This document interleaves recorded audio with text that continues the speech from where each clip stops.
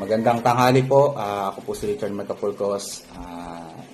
Nais ko po muna magpasalamat sa pagbibigay ng oportunidad sa akin na mag-schooling sa ibang bansa at salamat din doon sa taong nag-sponsor po sa akin na i-shoulder lahat ng gastos po. So, maikwento ko lang rin po na bago kami naging successful magkakapatid is dumaan kami sa sobrang hirap ng buhay. So, mataas masasabi ko na isang kahig, isang tuwa talaga kami at that time. So, dati naranasan namin na mga lakal para ma-survive lang yung pang-araw-araw. So, dati nagnanako kami ng mga bakal, pati yung mama ko na kasama rin namin. Nagnanako kami sa kalakal, nagnanako kami sa bahay. Siya yung lookout namin. So, may time pa nga dati nahuli to si mama namin. So, nakulong to dati si mama namin. So, pero dati lang yon. So, part ng survival lang namin yon. So, pero ngayon, okay naman na lahat. So dati kasi, pinagkakasya namin yung 1,500 sa isang buwan.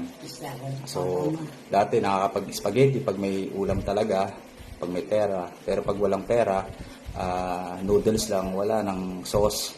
So, ganun lang po dati kami. Tapos, lugaw, araw-araw. Kaya sobrang payat po.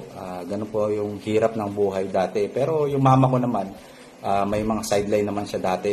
Kung gumagawa siya sideline, nagtotongkit naman siya. Tapos pag nanalo, may pangkain kami. Pero pag natatalo si mama ko, medyo nagkakabakbakan lang sila ng mga kuya ko. Pero yun yung way of survival. Tapos talagang sobrang hirap dati, talaga. Karoling kayo. Nangangaroling kami minsan, yung lahat ng pinapangarolingan namin, yung panghanda namin.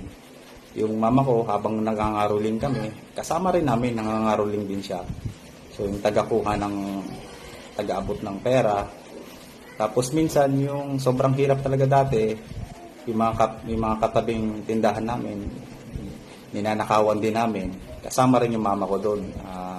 Pinakaibigan niya yung tindahan, kami nagnanakaw. Sobrang hirap lang. Yun lang yung way of survival namin dati. Ayun yung mama ko ngayon kasi medyo medyo may sakit siya ngayon. Kaya kailangan niya rin ng maintenance. Actually si mama ngayon hindi siya makapagsalita na maayos. Kasi yung speech niya. Kaya sobrang hirap talaga. Kaya salamat sa nag-sponsor. Ma, may masasabi ka ba? Wala. Salamat. Tsaka may time dati na yung doon sa tabi namin, sa mga kapitbahay namin, mga bakal ninanakaw ni mama, kami naman nagbebenta.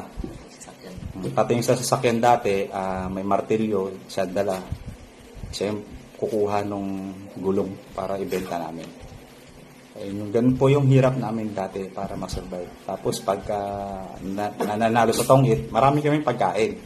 Pero pag natatalo, yung dalawang kuya, naghahabulan sila dun sa labas, nagbabakbakan sila. Ganun po kahirap dati. Tapos yung tuyo, pinagkakasya namin isang tuyo para lang mabuhay. Tapos yung papa ko, pagka pumunta sila, pag umuwi, minsan lang naman umuwi yung papa ko dahil sa trabaho nga naman. Pero pag maraming pera, sweet ang mama at papa ko. Pero pag wala ng pera, doon na sila nagkakaroon ng problema. Yun po yung part namin dati. Ngayon po, yung mama ko ngayon, sitting pretty na lang rin kasi marami na pong nare-receive na pera to. Tapos patong-itong na lang po siya, nagmamadyong, yun na lang po yung trabaho niya dito. Medyo kahit pa paano naman na bibigay yung pangangailangan niya. Yun lang po, maraming salamat.